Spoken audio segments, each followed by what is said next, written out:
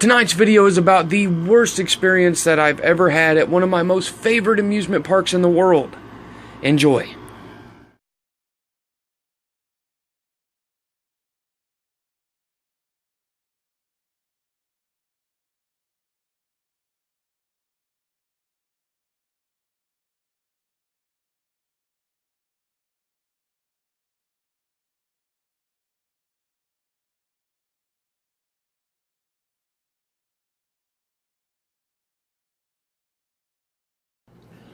What's up, everyone? Okay, so I have had the worst experience with Cedar Fair that I've ever had.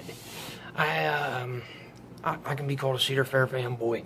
I recently went to Cedar Point with some relatives from Texas City, Texas, down near Galveston, and I wanted to take those Fiesta Texas boys and show them the roller coaster capital of the world, and it was a complete failure. Here's why. I've never had a bad trip to Cedar Point. I've been to Cedar Point 100 times. I've never had a bad experience at Cedar Point until July 6th, 2017. We arrive at Cedar Point to all the rides testing. We're getting excited. Anticipation's building. Except one ride. One ride's not testing. Top Thrill Dragster. So, as we're walking through the park, we are, we're looking, we're watching, we're listening. We don't hear Top Thrill Dragster. So, immediately, now I know Intamin Stratocoasters, they're going to go down. Stratocoasters have a lot of downtime.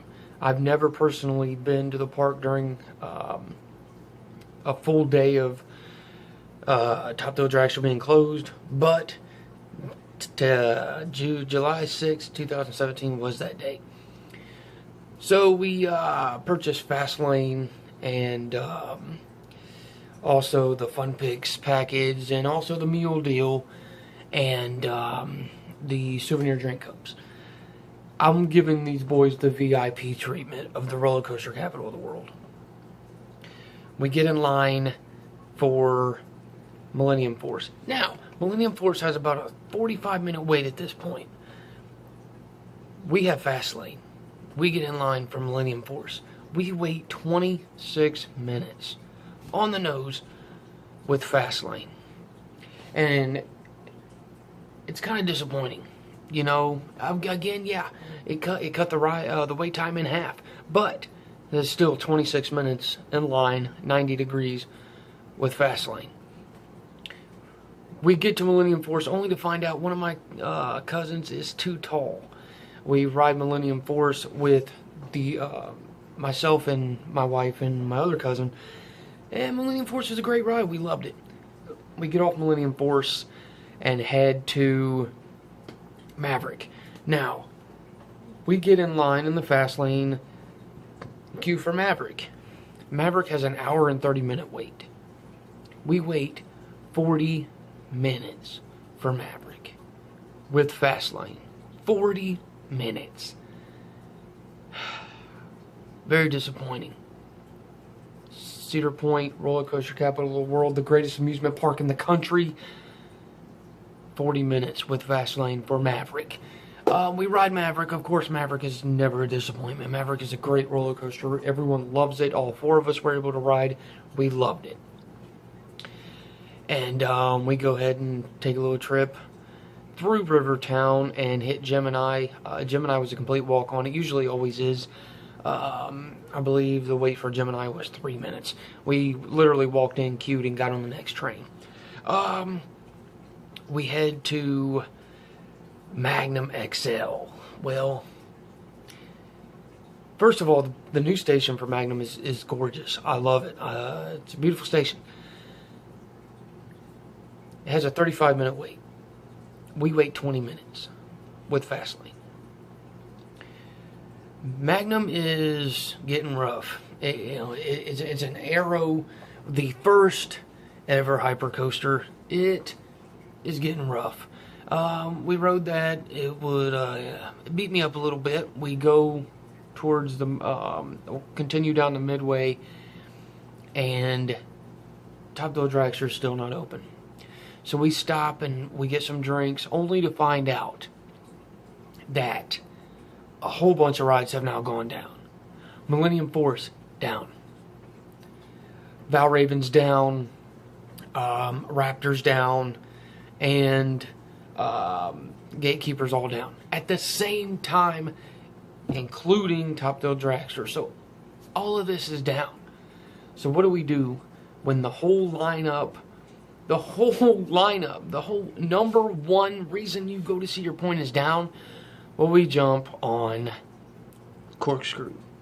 Corkscrew is a walk-on, it always is. I hate Corkscrew.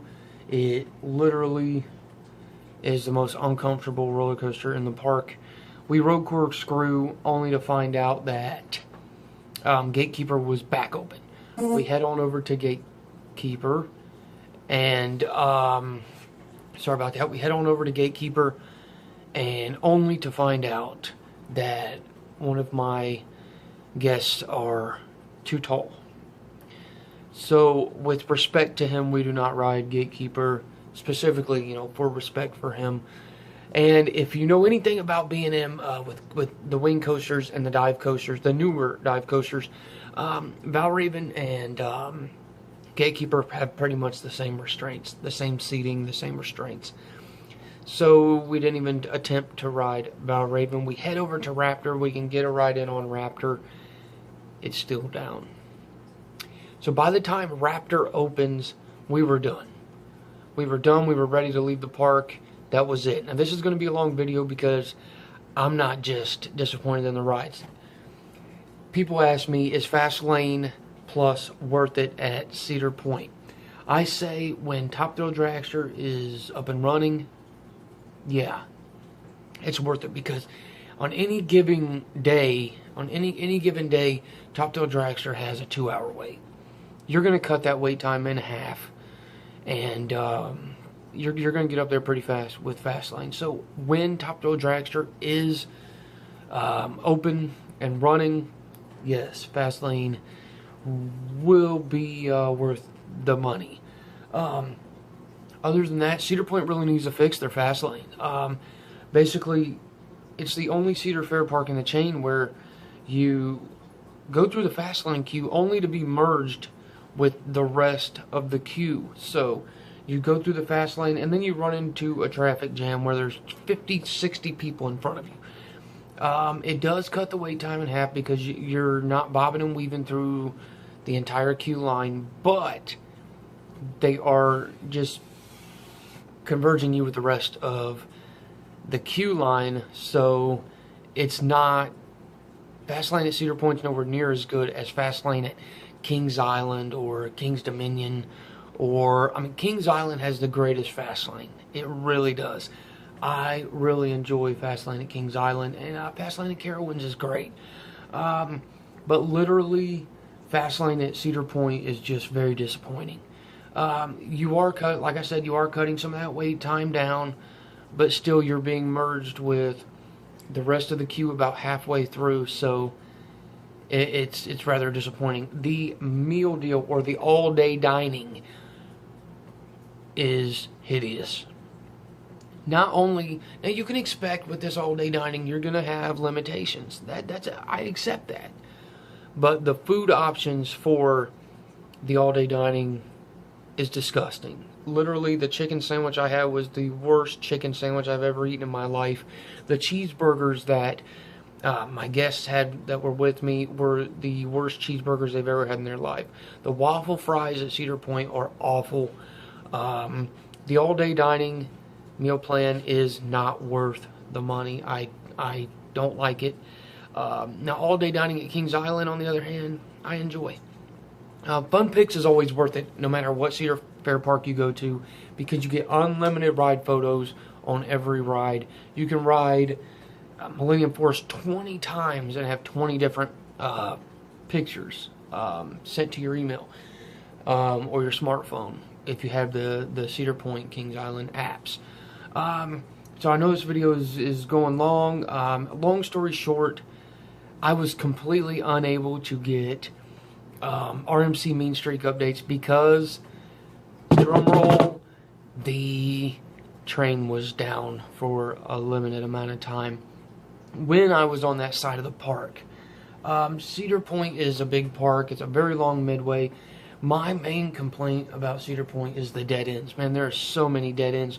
When you have a park like Kings Island or Carowinds, it's a giant circle, man. Every path you take will lead back to where you started. You can hit everything. You go down the main midway, you hook a right into Planet Snoopy, you ride Diamondback, and you continue all the way around until you get right back to the front of the park. And it's the greatest setup. I love Kings Island specifically for that layout. They have a fantastic park layout. Cedar Point has a lot of dead ends, and that's disappointing. Like I said, I've been to Cedar Point hundreds of times, and I've never had a bad visit until July 6, 2017. With that being said, I will make a video soon on my review of Tropical Plunge at both Kings Island and Cedar Point.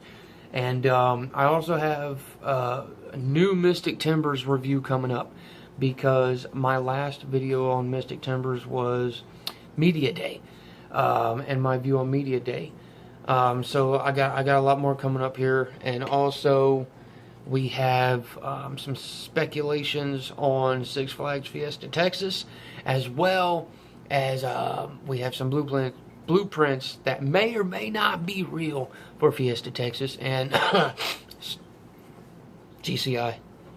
Maybe. Anyways, I got some more videos coming up here, and I'm sorry for the lack of RMC Mean Streak update. It was just a really bad day at the greatest park in the country, and I hope to get back there, maybe for Haunt. I actually did Cedar Point Haunt last year, so I may do Carowinds or Kings Island this year. I'm not going to get down to King's Dominion, but I have a trip to Gatlinburg coming up, and I'm going to hit Dollywood and try to get some good footage of the new drop tower up there. Anyways, this has been a long video, and I apologize. This trip, I give Cedar Point, with all of the money we spent, all of the crazy money we spent, $1,000 a person, damn near. It was very disappointing, and what can you do? Thanks for watching, and I'll have some off-ride footage coming soon from Kings Island and Carowinds. It's in the computer, and I'll get it to you as soon as I can. Thanks for watching.